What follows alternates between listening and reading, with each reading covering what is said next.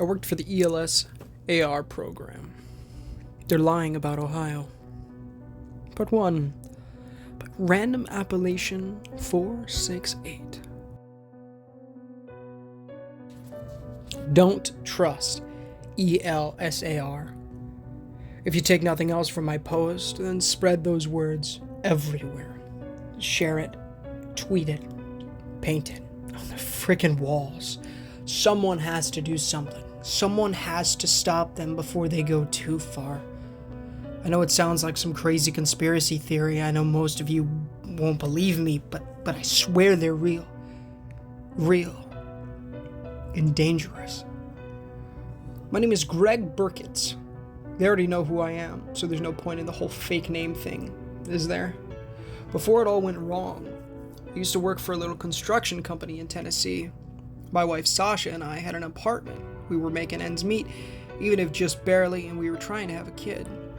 We both knew it would make our lives 10 times more hectic, but we didn't care. Some people might think that's stupid, but when you're with the person you love, your perspective changes. I wanted to be a dad in the worst way, and every time I saw Sasha paging through a pregnancy book or shopping for baby clothes online, made us both giggle like excited school children. One day, our boss called the entire crew together and handed out pamphlets detailing an offer made by some oddball group called the Black Crow Foundation. With all the industrial accidents that have been happening around the country lately, the foundation wanted to help keep America's waterways and air pollution free. But they needed manpower, especially men who knew their way around power tools. For such help, the massive nonprofit would pay each man $250,000 for 1 month of work at various chemical cleanup sites around the country, with all personal protective equipment provided for us. You read that right. $250,000 post-tax for just 30 days of work. Our boss checked the group out thoroughly, called government registration offices, even met with their attorney, all to ensure it wasn't some elaborate scam. Even the Army sent out a high-ranking officer to vouch for them. In the end, the boss man told us with the biggest grin I'd ever seen him wear that the BCF was real, and gave us the green light to sign up. Everyone did, including me. After all, for that much money, who wouldn't? Besides, Sasha and I were getting by, but as soon as she got pregnant, I knew I'd need a lot more money to keep my family warm and fed. Call me what you will, but I love my wife, and I wanted to give her everything. I would have gone even if they only offered $50,000.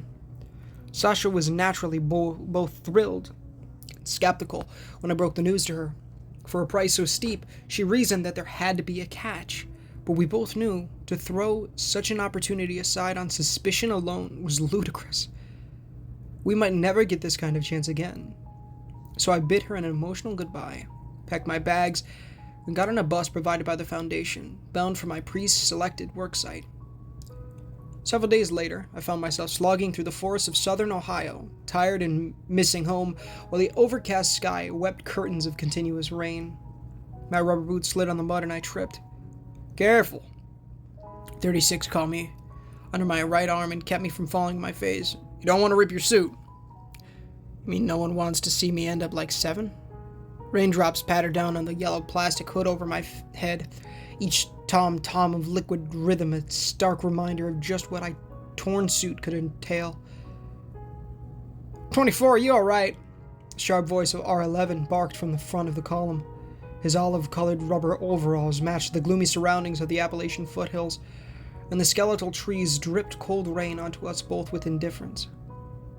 I eyed the shiny black rifle in his gloved hand and straightened up. "I'm fine, I just slipped." R11 stepped closer to me, and his weary gaze searched for my burden from behind his gas mask. "Equipment check." The rest of the column froze, all eyes on me, 36 and R11. The other guards shifted on their feet in uncomfortable stamps, stroked their rifles with nervous thumbs, and scanned the trees. My fellow workers in their yellow suits stood motionless, all waiting to see if I had made some dreaded mistake, one that would spell my immediate removal. Why did they all have to stare like that? Doing my best not to sigh in annoyance and embarrassment, I unshouldered my bulky pack, and balanced it on one knee. "All in order, sir. Nothing's broken." R11 glared hard at me, and his narrowed eyes traveled the length of my suit with meticulous scrutiny. No one moved, and aside from the pattering rain, not a sound could be heard. A few yards away, R16, one of the other guards, flexed his grip on his rifle. I took a step my way. "Please, God, I didn't do anything wrong. My suit isn't ripped. I feel fine. I didn't drop anything." "Clear." R11 let his shoulders slacken and took one hand off his rifle to give me an encouraging clap on the arm. "Hang in there and watch your step, all right? It's not much further." With that, 36 helped me pull my pack over my shoulders again, and the column shuffled onward. Grateful to be out from under the hawkish watch of the guards, I put my mind to breathing under my tight-fitted respirator and tried not to think about 7. With the dull gray sky above empty of any birds, and no wind to speak of, the squelching of boots in the mud, muffled breathing under protective masks, and the creak of rucksack straps echoed like cannon shots. I couldn't smell anything other than the chlorine sting of my rubber mask. My dry throat cried out for water, but I knew we wouldn't be allowed to drink anything until we reached the site. 36 hefted his pack higher on his broad shoulders ahead of me, and I took a moment to study him. As with all the others, I didn't know his name, and he didn't know mine. All we had to go by were numbers given to us at random the first day we'd showed up. That had been by design, and as far as I knew, even the guards with their green suits, black guns, and the ominous R before their code numbers didn't know one another's names. None of the guys from my old job in Tennessee were at this site, and I had a feeling that this too was deliberate. Yet, of all the workers so far, 36 seemed to be the only one who wasn't spooked by the bizarre secrecy of the operation. He reminded me of my father, at least twice my age and a head taller, with silver hair and a warm smile that didn't reflect the suspicion the rest of the crew emanated. In fact, 36 seemed to be the one person in the entire operation who never drew any attention, no matter what he did. When he'd somehow found out about my birthday on the second day at base camp, 36 had miraculously produced an old-style Hershey bar as an impromptu gift. Even the straight-laced colonel had been too shocked at seeing me with retro candy to yell about it, though he doubled the guard around the camp afterward. If they would just let someone go into town for better food, chocolate wouldn't be so rare. I mean, seriously, they're paying us a stupid amount just to be here. Does the colonel really think we'd run off? The only guy I know of without a number. And he's got an enormous stick shoved up his... "We're here." I almost ran into 36 in my heart, then a nervous flip-flop, a halt at his words. The rest of the column filled into the edge of the clearing behind me, and one by one ground to a standstill, the squelch of boots dying to a solemn silence. Glad for the reprieve and curious, I shuffled aside to peer around 36 into the worksite for the first time. Whoa. It sat nestled between a grove of pines like a great sleeping dragon of steel, with the prow jutting out of a defilade, and the stern hunched against several limestone boulders. The massive propellers hung a good 15 feet above the ground, and the radio antennas rose high into the slate gray sky above the dense trees in rigid lines. All around, the green pines stood bent or broken from the weight of the thing coming down on them, and ripples in the bulky steel hull showed where the craft's algae-lined skin had slammed into the ground. I blinked hard and took a step forward, almost unable to believe my own eyes. Is that a battleship? "That's on me." A cold, familiar voice cut through the tension, and the others broke their wide-eyed stares to find the colonel perched on the hood of a nearby army truck, dressed in his own olive-drab protective suit. From where I stood, I couldn't see the colonel's eyes behind his plastic gas mask visor, but the stern caution in his voice, the way he didn't completely turn face us, as if afraid to take his eyes off the warship, made ice run through my blood. "This is the work site. You will work here from 0600 to 1800 hours every day, You'll stay in your assigned work teams and report any new findings directly to the guard force. Under no circumstances are you to take anything from this area for personal use. Such actions will result in immediate removal. Have I understood? Seven's manic scream filtered through my memory, along with the echo of the gunshot that ended it. I nodded along with everyone else. Good. The colonel waved his gloved hand at the landlocked vessel, and I could have sworn I caught his voice tremble ever so slightly. Our guard forces have already swept both the ship and the surrounding area for security threats. Your job is to take radiological and magnetic readings, as well as gather all loose items inside the ship for collection. Scanning teams will move in first, then the evidence teams. All recovered items will be bagged and placed in secured containers before being loaded onto the trucks here. He pointed to the row of waiting diesel trucks, against whom leaned several more soldiers in green chemical suits, all carrying rifles. Any questions? You mean like, how did a battleship end up in the middle of nowhere, Ohio? Still, I didn't raise my hand and no one else did either. Something about this rubbed me wrong. The air tasted metallic through my mask and a cold sensation rippled down my spine like water over the bones. It occurred to me that ever since arriving at the base camp a few miles away, I had yet to see a bird or any other kind of animal in this general vicinity. The lack of noise had been unsettling then, but now it made my stomach churn. I risked a glance over my shoulder at the way we'd come. My gaze met R-16's, and he, along with the rest of the guard force, stared back from their line drawn across the trail, weapons at low ready. Sweat started to roll down my armpits. I tried to breathe slow to calm my panic. They're just securing the perimeter, that's all? The colonel said we get to leave at 1800. They're just here for our protection. Relax. 36 muffled whisper startled me from my frantic thoughts. They don't want to shoot anyone. They're as nervous as you are. Gripping the straps of my pack, I swallowed a sour tasting lump in my throat. Glad he couldn't see my doubtful wince behind my respirator. If you say so. The colonel checked his watch and threw another murky look toward the blooming battleship. Right. There aren't any questions, team leaders. Take charge of your units and get to work. Like trained yellow automatons, 36, myself, and the rest of the workers unshouldered our heavy packs and began to ready various pieces of equipment. Some had hammers, drills, handheld gas torches, and battery-powered saws.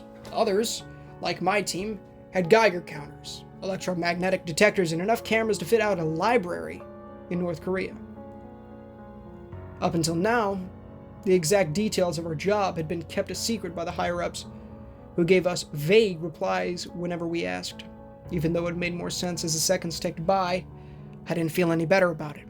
I picked up some sort of handheld meter, and I noticed a few words stenciled on the side in faded, smeared black letters, as if someone had tried to scrub them off, but failed.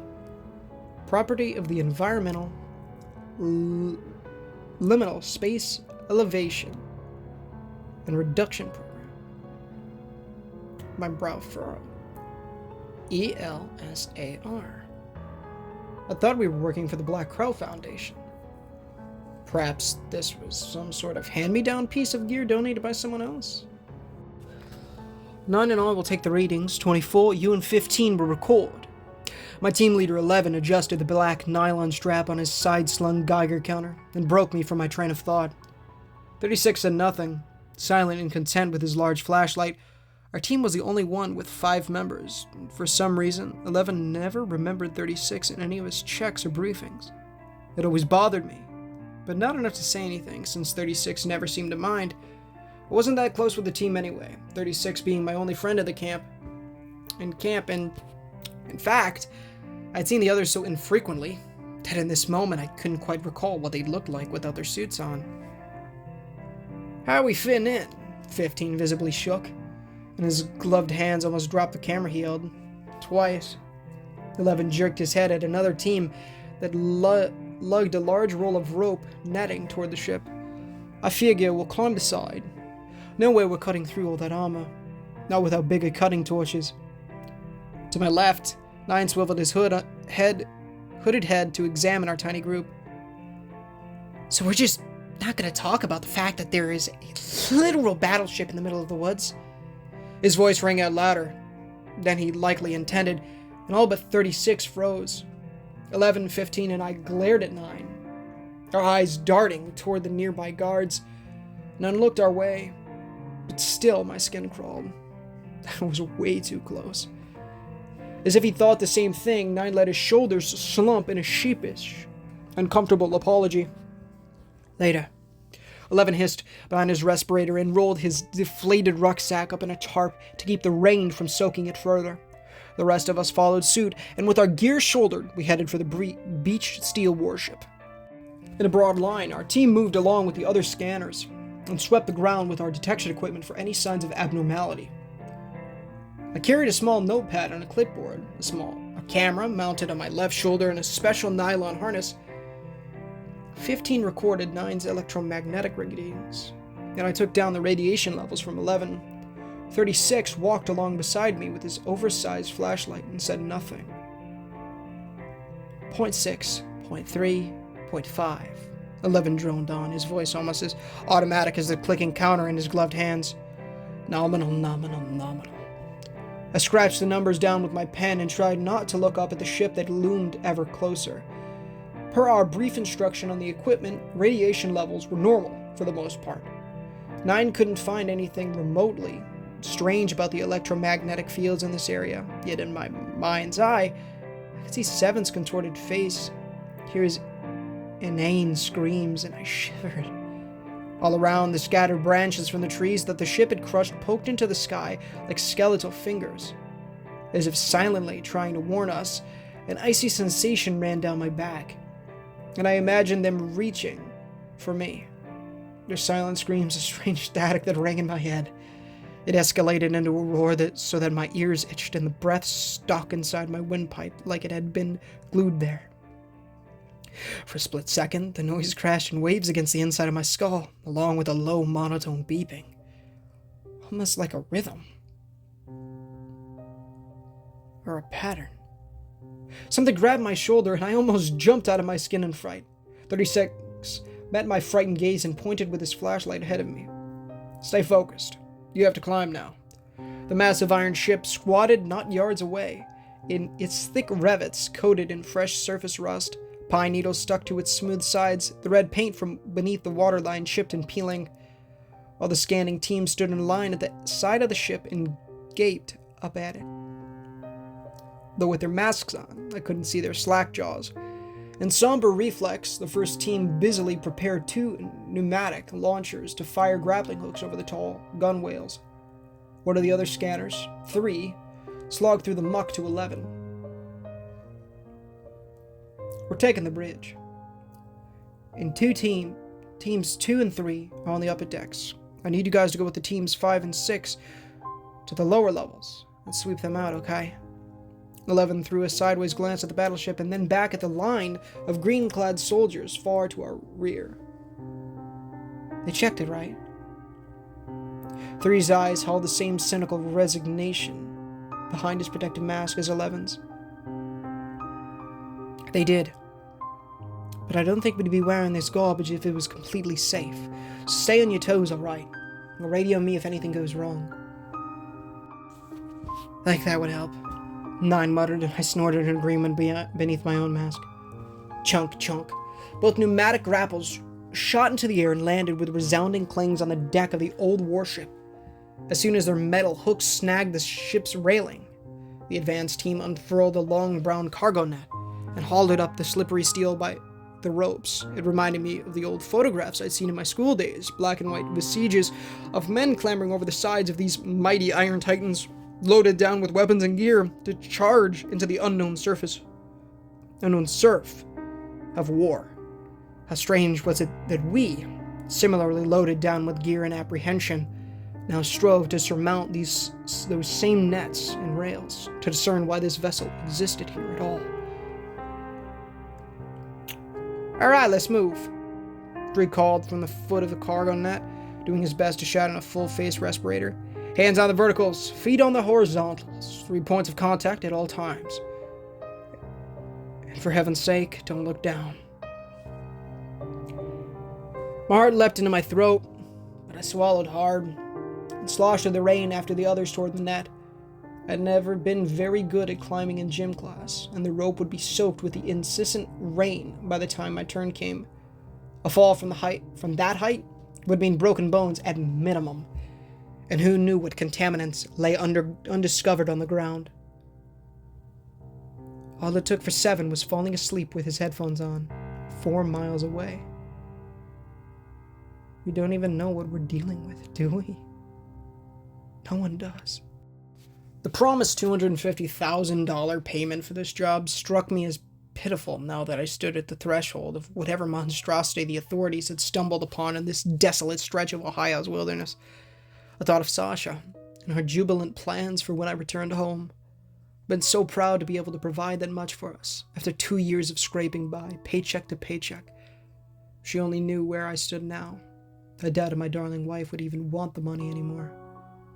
11 and 15 scaled the net, followed by 9 and myself. 36 climbed right next to me, as calm and cool as if this were an everyday occurrence for him. I shook like a leaf. My heart rammed itself against my chest, and the muddy soles of my rubber overboots slid on the net with cool ease. "Almost there," 36 grunted from his place on the netting. "You're doing fine." I wanted to sound carefree, but my hands trembled so hard that I felt like I stood on a giant, oily washing machine. My palm missed the next handhold, and everything went in slow motion. Around me, the entire world jerked downwards, and my extended right boot missed its mark thanks to my backward tumble. In a panic, I squeezed my eyes shut, my lungs closing in terror. A quick, strong weight crushed the air from my chest, and I stopped so hard my teeth clacked together. "Dude, are you okay?" I opened my eyes to find 15 and 36 each had a hand on my nylon camera harness. Their quick thinking the only thing between me and a 60-foot fall. Scrambling for the net, I didn't breathe until I had all 4 limbs safely back on the thick webbing. Yeah, thanks guys." 15 cocked his head to one side, his voice confused. Okay. Good thing you're lighter than you look." 36 chuckled and waited for me to crawl up beside him again. "Come on, it'll be drier inside." "I don't care if it's soaked, as long as I can't fall, I'll take it." Once my legs swung over the steel rail of the ship, and my feet hit the deck, I let out a long sigh of relief. "There he is." 9 slapped me on the back, his tone warm and teasing. "Almost lost you. Good thing 15 is dummy strong." "Or just strong." 15 shook his head at 9, but I could tell the praise pleased him. "Seriously though, 24, don't do that again." "Sure thing." I gave him a thumbs up, though my knees knocked beneath my suit. 11 waved us over, his Geiger counter in hand, and his green eyes betrayed a concern that made me forget about my near-death tumble. 9, get your scanner out." 9 unbuckled his bulky electromagnetic scanner from its place on his harness and pointed it over at the ship. For the first time in the brief period we'd worked together, 9 seemed speechless. "So you're seeing it too?" 11 kept his voice low and all around the deck. I noticed the other teams clattered together, talking in hushed, concerned whispers. "There's no way the rain did this. These are waterproof. It has to be the ship." "What is it?" 15 stuck his head over 11's shoulder, too curious to be afraid. 11 held up his device, and my guts soured. 9's electromagnetic scanner was having what amounted to a mechanical seizure, where in 1 second it flew off the charts on high readings, and the next it dropped down to nothing at all. 11's Geiger counter, on the other hand, showed radioactive detection, but not in a consistent pattern. It didn't spike randomly like 9's readings, but pulsed in arithmetic, almost synchronized beat, like an irradiated heart monitor. 15 and I stood frozen, too stunned to record the rapid-fire measurements. 11 tapped the side of his counter with frustrated knuckles, but couldn't get it to stabilize. "We'll let 3 know. He'll radio back to the colonel. Maybe he'll pull us out. Sit tight, guys." The instant 11 walked away, 9 turned to us and cast a few furtive looks around the deck. "Something isn't right. I was told this would be a chemical cleanup job, not some naval version of Chernobyl. How on earth did they get this thing way out here anyway?" "They couldn't have." 15 crossed both arms in his typical discomfort at anything that resembled a threat to normalcy. "It has to have been an accident. Maybe there was a flood or something." Nine set both hands on his hips in indignation. A flood? Look around, man. We're miles from the nearest major river, and at least 2 states away from the ocean. It didn't float here. Besides, did you see how those guards acted? They don't even want to get close to this thing. I leaned back over the railing, and from my high place atop this strange vessel, the line of soldiers in the distant tree line looked like little olive drab ants. Maybe they don't even know either. After all, if they knew, why hire us? Why pay money for something they could do themselves? So where this hunk of junk came from then? Nine's question remained unanswered as 11 strode back into our circle, his fist balled. He beckoned the 4 of us closer and spat between angry, gritted teeth. 3 wants us to pull out, but the colonel said no. I guess radiation isn't as lethal at lethal levels, so he wants us to finish our scans and help the evidence teams start clean up. So here's what we're gonna do. We go down and get our scans done quick as possible. Once we're finished, we radio 3 and head for the ground again, where it's safe. If the colonel wants, he can come help us shovel radioactive bolts for all I care. But I'm not getting cancer 40 years too soon while he sits on his tail in a nice dry tent. Got it? I nodded along with the others, both emboldened and unsettled at 11's defiance. I didn't want to risk sterility via irradiation, but I still remembered how the colonel had dispatched 7 without so much as blinking an eye. Suppose he ordered us back on the boat at gunpoint. None of us had any guns, and even if we did, there were far more soldiers than workers. Sasha and I couldn't have children if I got shot. 3 led his team to the bridge, and I trailed behind 11, awed at the sheer size of the ship. It seemed to be a huge island of metal, and I racked my brain to try and remember how long my grandfather's minesweeper had been during his service in the Korean War. It's an Iowa class. 36 strode behind me as we went down a long set of iron stairs into the lower decks of the ship. One of the biggest battleships America ever built. They say the guns were so powerful that a full broadside with all 4 turrets would crater the surface of the ocean and expose the hull right down to the keel. I clicked on the headlamp built into my hood and swept its bright white beam over the bulkheads of the vessel. Wow, I wonder what this one was called. Seraphim. 9 waved back from the dark corridor at the foot of the stairs and tapped his gloved hand on a circular life preserver on the wall. USS Seraphim. My brow furrowed, and I clanked down the rest of the metal stairs in silence. History had been a side hobby of mine for years, but I'd never heard of the USS Seraphim, not in any books or documentaries. Granted, I was no professor, but with such a big ship, I figured I would have heard of it somewhere. Especially from Grandpa. He knew tons of ships, and this thing should have been around for the Korean War. Weird. Down 2 flights of narrow steps we went, through oval-shaped metal bulkhead doors and claustrophobic shadowy corridors. In the dark interior of the battleship, our headlamps illuminated clean hallways, fresh paint on the steel, and even scuff marks on the floor from shoe polish rubbed off boots. Blue tin cups sat on desks, still brimming with coffee that had gone cold, and paper manuals lay open at antiquated control posts. It seemed as if the sailors of the USS Seraphim had left the ship only days ago. Everything frozen in time. Did the soldiers clear out the bodies? Nine's voice echoed in the dark expanse of a third deck. Passageway, his scanner still spasming. 11's Geiger counter thumping away at every step. Or am I somehow missing the corpses of thousands of sailors? 11-2 acted uninterested in his counter now that we were deep inside the ship and peered into the various small compartments we passed by with caution, only to find abandoned workstations, empty bunks, and ancient equipment of war. I doubt it. They're having us do all the heavy lifting. Besides, you see any blood? It's not even a scrap of loose clothing. Maybe it's a trick. 15 glanced behind us, and his dark eyes darted back and forth in paranoia. They could be testing some kind of secret weapon on us or something.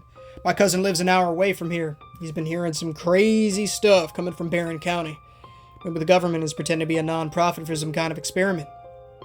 Or Nine poked his head into a room and searched the abandoned space with his light. Someone else has put this thing here to draw us in, like a mousetrap with cheese. Who, aliens? 15 tried to sound incredulous, but his gloved hands shook with their clipboard and pen, his headlamp wavering as well. 9 shrugged and kicked out a stray pebble from 11's muddy boots. I don't know. You remember 7's meltdown? He was screaming about a long dark road falling from the sky, and voices. I'm telling you, this thing didn't get here on its own. It was put here on purpose. It doesn't matter how it got here. 11 checked his Geiger counter, but from the way his shoulders hitched in anxiety, I wondered if he didn't secretly agree with one of their theories. Or both. The sooner we get this all over with, the sooner we can leave, as long as no one gets hurt. I don't care if the aliens and the government have a top secret orgy in this irradiated rust bucket. With that, 11 moved off down the central corridor, followed by 9 and an uneasy 15. Chafing at being left in the rear yet again, I picked up my boot to step through the next bulkhead after them. Beep. I whirled around and stared off into another dark corridor on my left. Beep, beep, beep, beep, beep. My nerves tingled, and I realized that it wasn't from 11's counter, nor 9's scanner. None of us had cell phones, thanks to the colonel confiscating them after 7's demise. Nothing we had with us could have made that sound. Shh. Beep, beep, beep. Garbled radio static, followed by more monotone beeps, echoed faintly from somewhere deep inside the darkness, and sent chills running down my spine. The ship's lights and power weren't on. Without the massive oil-fired engines producing current, nothing mechanical in this iron behemoth should have worked. Am I hearing things? Should I say something? What if the others think I'm going crazy like 7? It's close by. 36 walked up beside me, and the beam of his extra-large flashlight probed the blackness of the unexplored hallway like a white laser. Come on. I opened my mouth to protest, but stopped myself. 36 had never steered me wrong and saved my life at least once today. Besides, we were supposed to report any strange activity at 3. And this counted as strange in my book. Maybe if I was the first one to report something unusual, the colonel would give me a bonus. Or at least a phone call home to Sasha. With how close it sounds, we can check it out. Catch up with the others before they even notice we're gone. Taking a deep breath, I cast one last cautious glance at the others and pursued 36 down the side hall.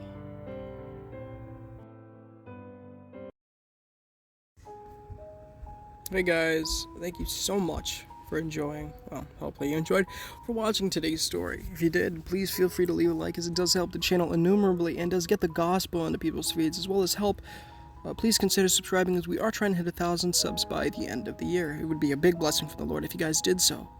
I want to thank you guys all so much for the support, as well as Lord, thank you for the support with this channel. I truly do believe this is my calling, and I would love to do this full time in the future. Of course, before anything, make sure to repent of your sins and trust in the good Lord Jesus Christ with all your heart, mind, soul, and strength. Read the Holy Bible daily, pray daily, and evangelize people. And make sure to go into the description or into the pinned comment to read the $1 Million Questions on how to become born again. It's on the screen right now too, so it's in every video. You only have to read it once, and please come to the Lord. If you're not born again, terrible place called hell, man. It's eternal fire. It's nothing. We can't comprehend how long eternity is, But you guys have read it, hopefully, so you all know about that. I'm sure most of you know anyways. Well, the part about hell anyways.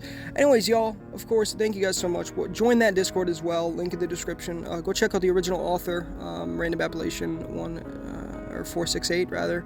Amazing. He's amazing at what he does, so go check him out on Reddit and on check the original story as well. And yeah, I love you guys, and we'll talk to you later. But until next time, guys, maybe we'll stream tonight. I think I'm going to work on some videos, though, so probably not, but we'll see. But until next time, guys, this is Ninja Gamer, signing off.